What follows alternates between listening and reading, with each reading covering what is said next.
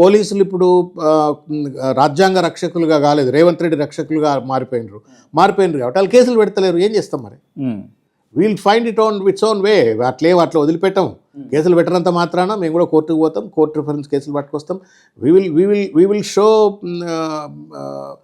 Appropriate this thing to chief minister. అట్లేం లేదు. Right okay.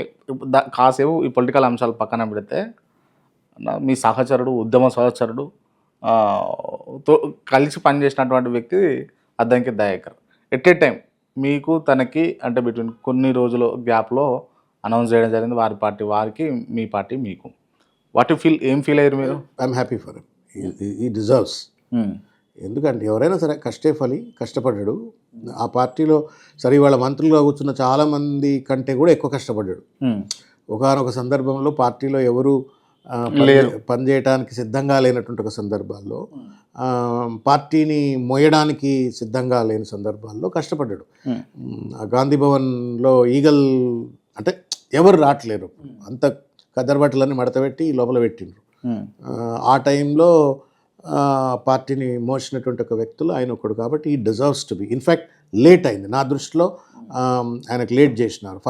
ఫస్ట్లోనే MLC వాళ్ళ ఆయన క్యాబినెట్లో కూడా తీసుకుంటే తప్పలేదు. ఈ డిజర్వ్స్ టు బి దేర్. ఇప్పుడు మీ వరకు వస్తే ఎమ్మెల్సీ రావడం మీకు లేట్ అయింది అనిపించిందా? అంటే ఇప్పుడు నేను it's 17-year journey.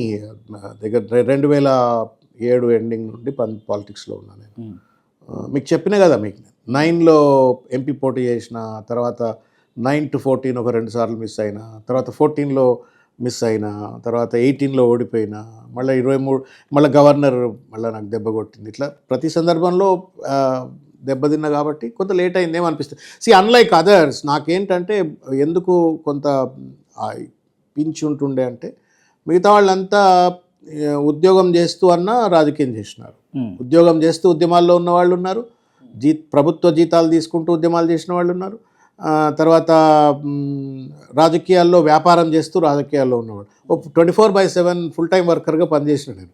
So therefore కొంచెం ఒక తొందరగా ఏదో ఒక మెట్టు ఎక్కాలా అనే ఒక అర్జు ఉంటే అది ఉండేది. ఎందుకంటే I was in a very very comfortable corporate career, dream career. అంటే చాలామంది కోట్ల మందిలో ఎదురు చూస్తున్నారు, అరే నాకు ఆ కెరియర్ వస్తే బాగుండు కదా అని.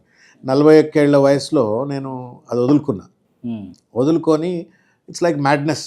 మనం ఏదో పబ్లిక్ సేవ చేయాలా అని ఒక పిచ్చితనంతోటో మంచితనంతోటో,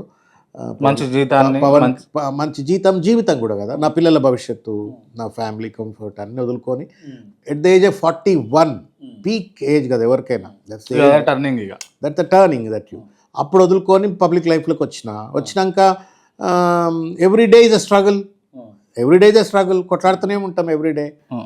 సో అప్పుడు కొంత ఇచ్చి ఉంటుంది, అరే ఎప్పుడన్నా ఒక దరి దొరకదా, గట్టెక్కమా మెట్టెక్కమా అని అనుకుంటాం, తప్పలేదు కదా. మీరు బీఆర్ఎస్లోకి రావడానికి కారణం ఏందన్నా?